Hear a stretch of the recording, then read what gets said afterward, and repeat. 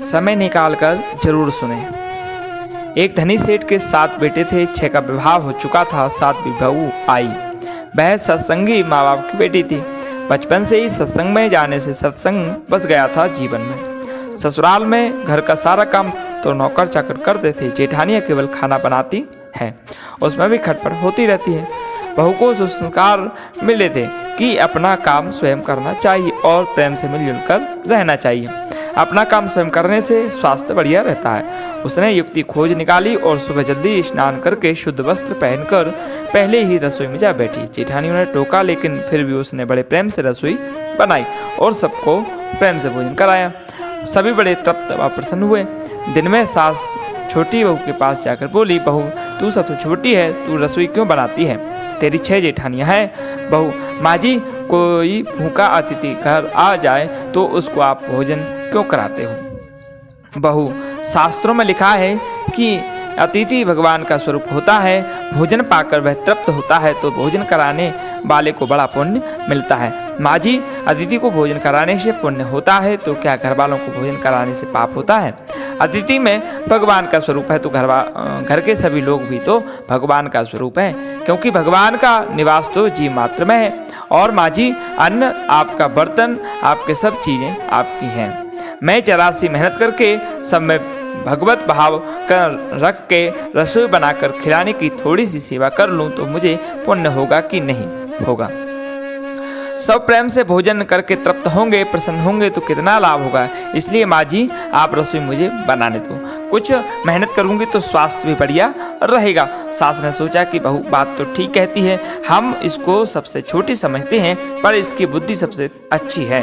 दूसरे दिन सास सुबह जल्दी स्नान करके रसोई बनाने बैठ गई। बहू ने देखा तो बोली, माँ जी आप परिश्रम क्यों करती हो? सास बोली, तुम्हारी उम्र से मेरी उम्र ज़्यादा है, मैं जल्दी मर जाऊंगी, मैं अभी पुण्य नहीं करूंगी तो फिर कब करूंगी? बहू बोली, माँ जी इसमें पुण्य क्या है, यह तो घर का काम है। सास बोली, घर का काम करने से पाप होता है क्या? जब भूखे व्यक्तियों को, साधुओं को भोजन कराने से पुण्य होता है तो क्या घर वालों को भोजन कराने से पाप होता है? सभी में ईश्वर का वास है। सास की बातें सुनकर सब बहू को लगा कि इस बात का तो हमने कभी ख्याल किया ही नहीं, यह युक्ति बढ़िया है। अब तो जो बहू पहले जग जाए वही रसोई बनाने बैठ जाए। पहले जो भाव था कि रसोई तू बना तो 6 बारी बंदी थी, लेकिन अब मैं बनाऊं यह भाव हुआ तो 8 बारी बंद गई, 2 और बढ़ गए, सास और छोटी बहू। काम करने में तू कर इससे काम बढ़ जाता है और आदमी कम हो जाते हैं, पर मैं करूं इससे काम हल्का हो जाता है और आदमी बढ़ जाते हैं। छोटी बहू उत्साहित ही सोचा कि अब तो रोटी बनाने में चौथे दिन बारी आती है, फिर क्या किया जाए। घर में गेहूं पीसने की चक्की पड़ी थी, उसने उससे गेहूं पीसने शुरू कर दिए। मशीन की चक्की का आटा गरम बोरी में भर देने से जल जाता है। उसकी रोटी स्वादिष्ट नहीं होती है, लेकिन हाथ से पीसा गया आटा ठंडा और अधिक पौष्टिक होता है तथा उसकी रोटी भी स्वादिष्ट होती है। छोटी बहू ने गेहूं पीसकर उसकी रोटी बनाई तो सब कहने लगे कि आज तो रोटी का जायका बड़ा विलक्षण है। सास बोली, बहू तू क्यों गेहूं पीसती है?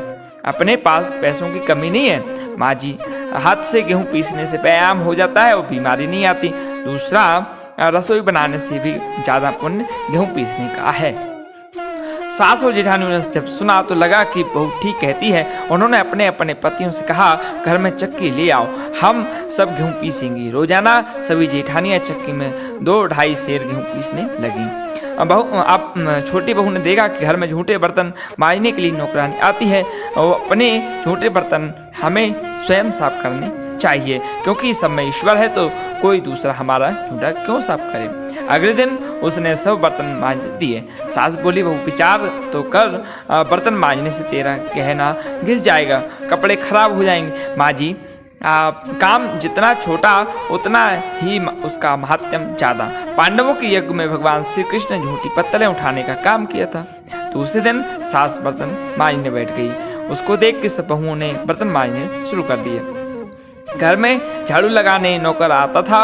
अब छोटी बहू ने सुबह जल्दी उठकर झाड़ू लगाना शुरू कर दिया। सास ने पूछा, बहू झाड़ू तूने लगाई है? माँ जी, आप मत पूछिए, आपको बोलती हूँ तो मेरे हाथ से काम चला जाता है।